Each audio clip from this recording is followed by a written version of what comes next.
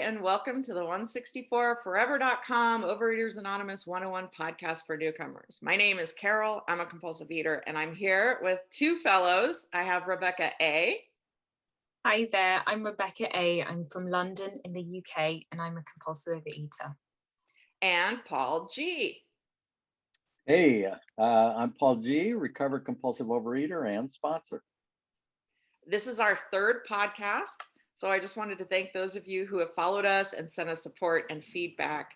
I did want to mention that we lost our dear friend Steve V, who was in the first podcast with us. He passed away, and you would have heard him in that first podcast. And if you didn't, I highly recommend that you go back and listen to it, because he was just a wonderful guy, full of so much great energy and just such a passion for the program. And I wasn't sure what to do. That's why we took a couple of weeks off. But I think Steve would want us to keep going. And I think it's important to still get the message out and talk to the newcomers. So we took a couple of weeks off to regroup a little bit and to mourn. And we're here and we're excited to talk to newcomers again. So you can email us. I'll start by giving you our email address, which is 164forever@gmail.com. The number's 164, the word forever, @gmail.com. We'd love to get more feedback from you guys. If you're a newcomer, don't hesitate to reach out. We'll be as helpful as we can. We also created a WhatsApp group. So if you're on WhatsApp, just look in the description below the podcast and you're going to find a link to WhatsApp. I also want to mention that we are just compulsive eaters who found a solution to our problem by working the 12 steps in the Big Book of Alcoholics Anonymous. We do not represent Overeaters Anonymous. We consider ourselves members, I would say, but we don't speak for World Service, any intergroup, any meeting. We're just some members who wanted to share our experience, strength, and hope. We're not experts. We're not authorities. Nobody in this program really is, let's be honest. We're just here to talk and share, and happen to have computers and thought it would be fun to do a podcast. So we're trying it out. Last podcast, we spoke about where do I start, how to find a sponsor, and how to stop eating. So if you're interested in hearing more about those topics, I suggest you go to the podcast that we posted before this one. And there's a first one before that, even if you want to hear more topics. And today we're going to talk about how we work the steps, how long it takes to work the steps, and dreaded outreach calls. Not to us at this point. I would say they're not dreaded, but I know to newcomers, and I know to me in the beginning, I was like, ugh, dragging my feet. It was not something I looked forward to. So as I mentioned last podcast, we're also on Podbean for the time being, trying it out, seeing if that platform works for us. So if you're interested in subscribing to the podcast on Podbean, it's OA164forever.podbean.com. And you can also listen to the podcast on YouTube and, of course, 164forever.com. I bought the domain and put a little website up, and we're going to have some blogs and other information going up there. So with all of that said, so much to be said. It's now time for us to get to some topics that we thought might be interesting to newcomers. And the first topic that I'm going to hand over to my fellows is, how do you work the steps? How long does it take to work the steps? And why don't we go to Rebecca first? Would you like to take that one first, Rebecca? And then we'll go to Paul G. Yeah, absolutely. So yeah, how do you work the steps? Really good question. The first thing you need to work the steps is to find a sponsor. Just find somebody, like we talked about in the last podcast, find somebody who you trust, who has some recovery, who you connect with, and they can guide you. How I worked the steps was I followed the Big Book of Alcoholics Anonymous. So it lists on page 59 in the Big Book all the 12 steps. And yeah, funnily enough, it says what we all think when we hear about the steps, what an order. And that's how I felt. I was like, oh my goodness, that's a lot. I could never really remember all of the steps. They say them at all of the meetings, but it kind of took a little bit of a while to get my head around them. But that's okay, because you just take them one step at a time. somebody who you trust, some kind of sponsor will guide you through that. And we just do them one at a time. For me, that looked like calling my sponsor up. We spoke pretty much every day. And I did what she said. You know, we would read some, we would reflect a bit. She might send me away to read some other things. We looked at the OA 12 and 12. It gave a little bit more context in some ways. You know, I listened to podcasts, people talking about different steps. But essentially, they were decisions I had to make and actions I had to take, and the actions that I still take today. So today, I do on a daily basis, I take a step 10, and it's a way that I can practice using the skills that I learned in the earlier steps. For me, it looks like looking at my day, gauging where my feelings are. Do I have any resentments? Am I irritated? Was I being a bit selfish? Was I just thinking or focusing on myself? And asking God for help with that, and asking my fellows for their help and advice also. Step 11 is something that I do every day as well. And that is about my spiritual connection to a higher power that I understand. So that looks like me getting up in the morning, spending time listening to my higher power, spending some time talking to my higher power. That's how I work that. And step 12 is about working with others.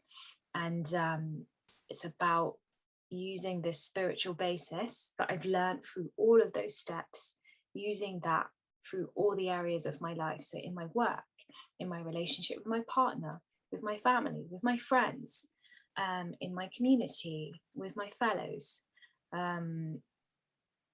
Yeah. So that's how my day-to-day working of the steps looks like. Initially, it took me about 3 or 4 months to work the steps.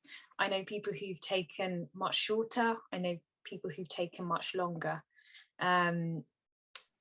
There were some things in that 3 or 4 months that I started to understand, but I still had a lot of questions, especially around step 6 and 7, which talk about defects and being ready and willing to let them go and have a higher power remove them. In my experience, after I worked the steps and as I was practicing that step 10 and listening to meetings and trying to kind of enlarge my spiritual life, I started to understand a little bit more about the defects, just bit by bit. It was like a trickling process. And and I learned more and more.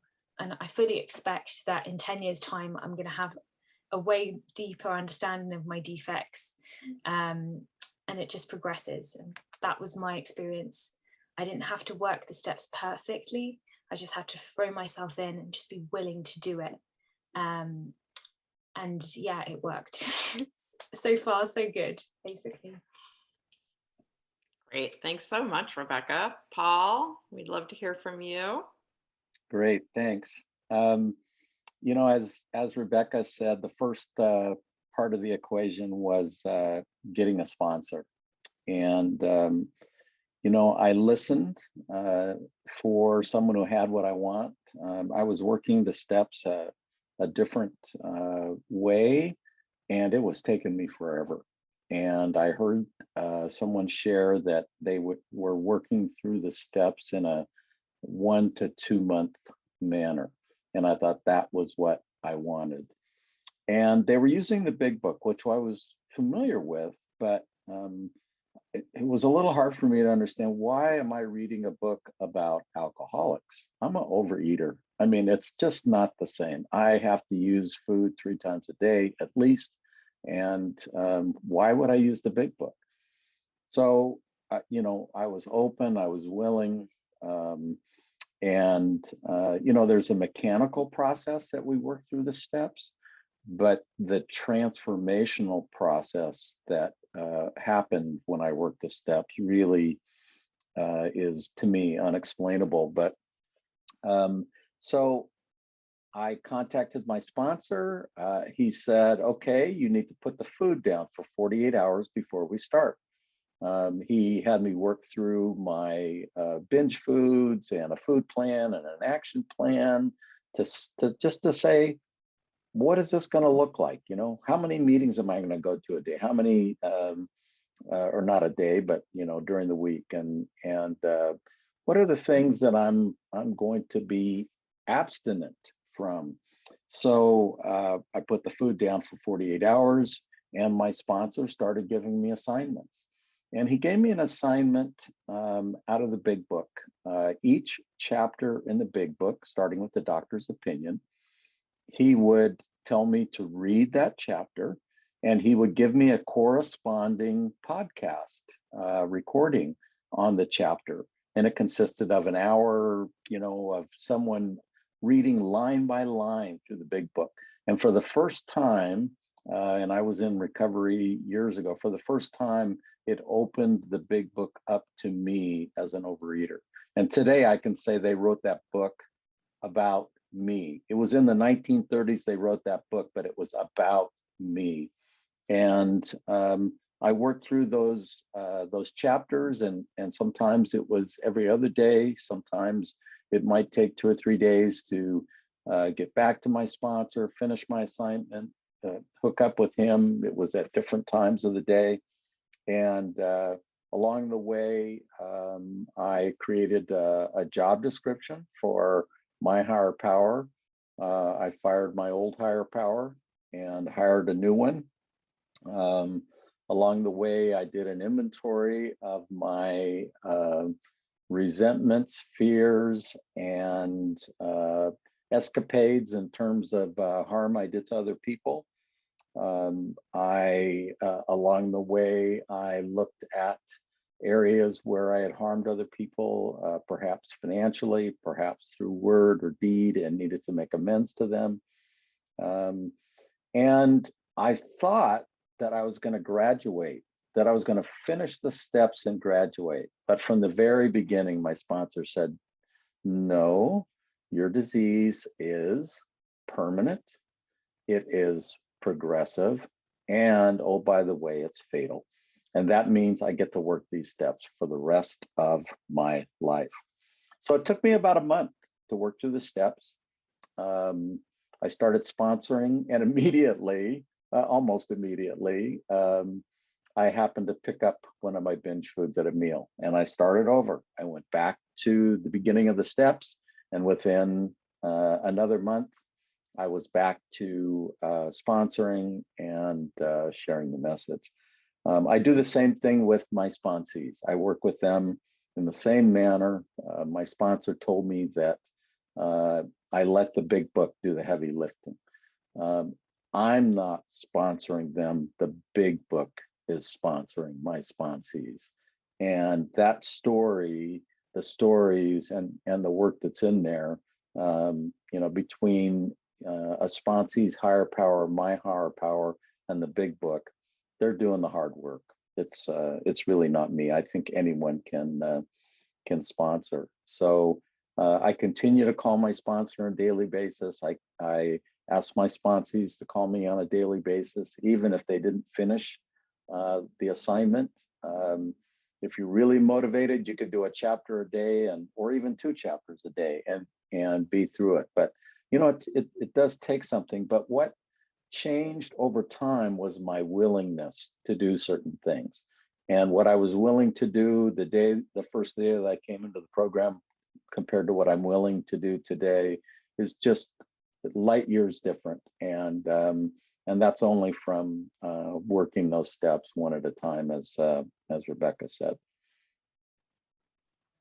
Great. Thanks so much, Paul. Beautifully put, you guys. And, you know, just for anyone who's listening, we all did our steps with big book sponsors. Now, if you go to oa.org, you're going to see there's a steps workbook, and some people do it that way. Some people use a 12 and 12. It's not to say that that isn't a perfectly acceptable way to do the steps. We're only speaking from our own experience, so that's why we're discussing this. But just for the record, there are other ways to do it. Some people do a step a month. Some people, I tend to go a little faster. I get the steps done usually within a month with my sponsees. And And I know some people feel like that's way too fast, but the truth is that as soon as you finish the steps, you're still doing the steps. And all it does is get you some tools. To me, the steps get me a set of tools that I can use to get through the day without eating. And then I can go back and rework the steps any way I want, slowly over time. Some people sign up for these big like group workshops with like 200 people or 300 people going through the steps 1 a month online. And so even if you go fast, I would just say don't let it freak you out or scare you, because it doesn't mean it's the only time you're going through. It's just kind of a speed through, and then you can go through them again and study them in any way you want. And why don't we move on to the horrifying topic of outreach calls, right? I feel like it's the one thing almost every sponsee will say, I can do everything you're asking, but I can't do these outreach calls. You're a mad woman. So why don't we talk about these outreach calls, the dreaded outreach calls? Paul, why don't you take this topic first, okay?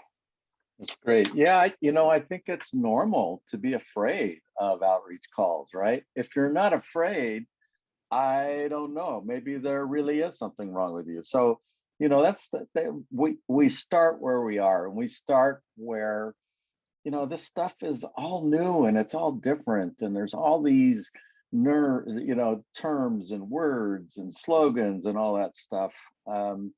But what I can tell you is that they're a critical part of my recovery as one of the 9 tools. And today, I love outreach calls. I do them for fun.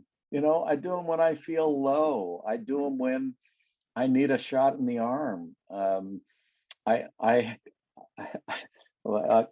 if we have time, I'll share a couple of my own personal experiences. But my disease loves isolation, and my disease will tell me, you have to do this alone. It's all up to you. And it'll tell me that I'm not enough. I won't get enough. They won't have my answer. It won't make a difference.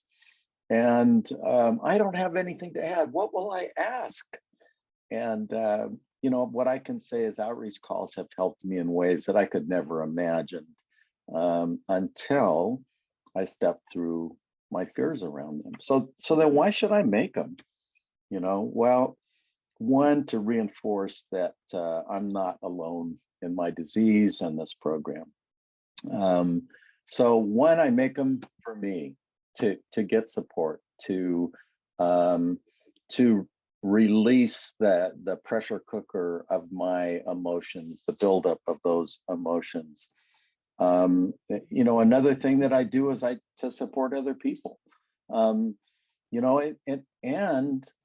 They can interrupt my mental obsession, and my mental obsession compels me to overeat, like no fooling, compels me to overeat and reach for my binge foods. Another reason I do them is to be of service, to hold space for someone else. If I make an outreach call, it's an opportunity for me to be of service to my higher power, to let my higher power guide me through my words and through my sharing, and also in listening to another compulsive overeater. And it gives their higher power an opportunity. And over again, my higher power shows up on these outreach calls. And I hear what I needed to hear in a way that I didn't even know was possible. And what I found out is that others have the same language. Others speak the same language as me, and they know the pain of this disease. And I am not alone. You are not alone. And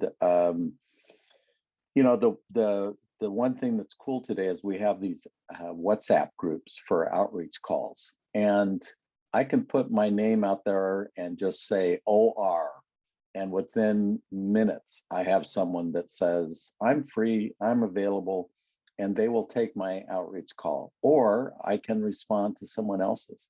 And that's where the magic happens. And I have two stories.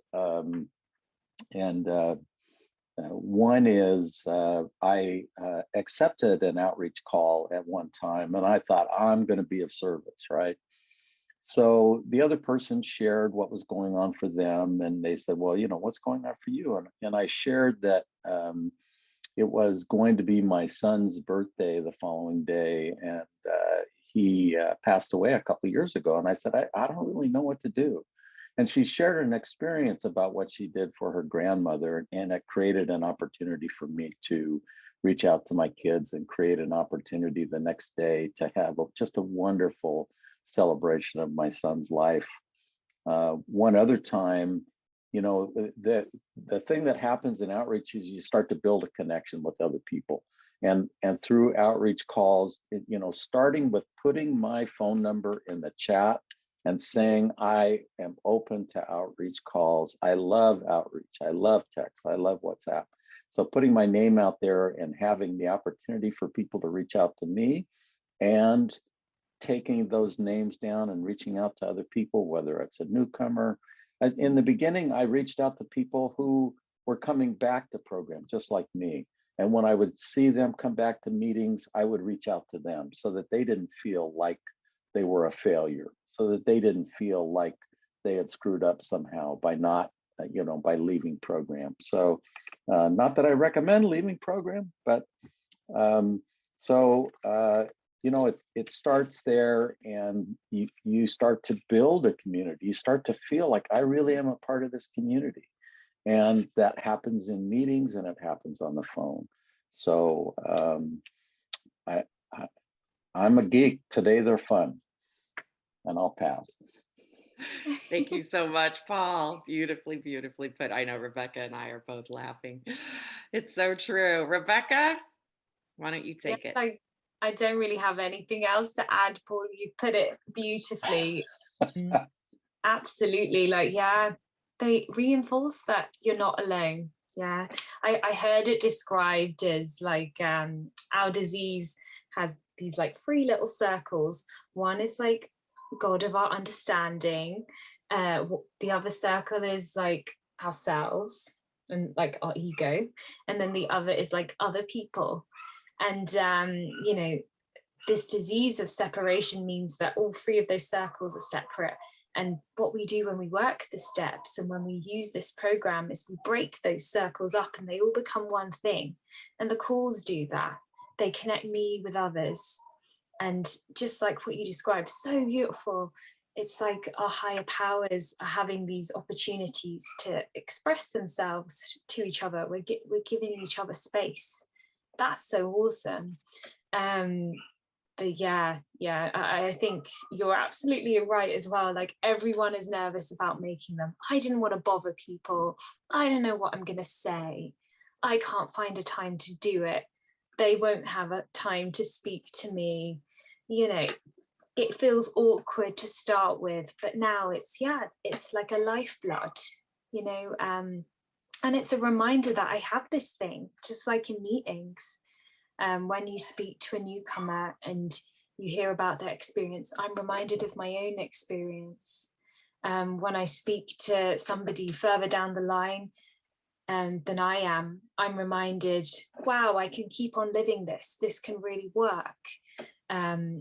When I speak to somebody who's open enough about whatever's going on in their life, I realize that, oh my gosh, I have a heart big enough to hold that space now. I'm not self-absorbed like I used to be for 20 minutes on the call, whatever. And what a gift that is. Outreach, it's awesome. To sum it up, outreach, awesome. Thank you, Rebecca. Yeah. Yeah, I don't really have much to add. I thought you guys covered that just so beautifully. So we're going to wrap things up for this podcast and come back next week. We should be here next week. I think we're going to be talking about the 9 tools of OA. So in closing, I want to thank my co-hosts, Rebecca A. and Paul G. You guys, thanks so much for being here. It was really beautiful to get to talk to you guys. And I know both of you were close with Steve, so today just felt really beautiful to be here with you guys talking about a program. So don't forget, we want to hear from you, and you can email us at 164forever@gmail.com. You can find us on Podbean. oa164forever.podbean.com. Again, I'm going to put links to our little WhatsApp group in the description below. And we know of a lot more WhatsApp groups. So that's going to be kind of a gateway WhatsApp group. If you get in there and you want more WhatsApp groups, just tell us. We will get you lots of links to more WhatsApp groups than you could ever possibly want to visit, and then visit the website 164forever.com. So thanks to everybody who's listening and sharing the podcast with your friends. If you liked what you heard, don't forget to subscribe and join the WhatsApp group. All of this information and more can be found in the description below the podcast. If you're harming yourself with food, there is a solution. And we found our solution in the rooms of Overeaters Anonymous, which can be found at oa.org. And again, we don't represent them and we're not affiliated. We're just some people talking with y'all today and trying to share what we consider to be some good news. So I think that's it. You guys want to say goodbye to the folks? Great. Yeah, Thank you all. Yeah, thank you all for being here. This program really works, and I'm very grateful. Grateful you're here, and grateful for this opportunity to share our stories. Absolutely, I echo that. I'm so grateful. This program gave me my life back, and I'm grateful to you all.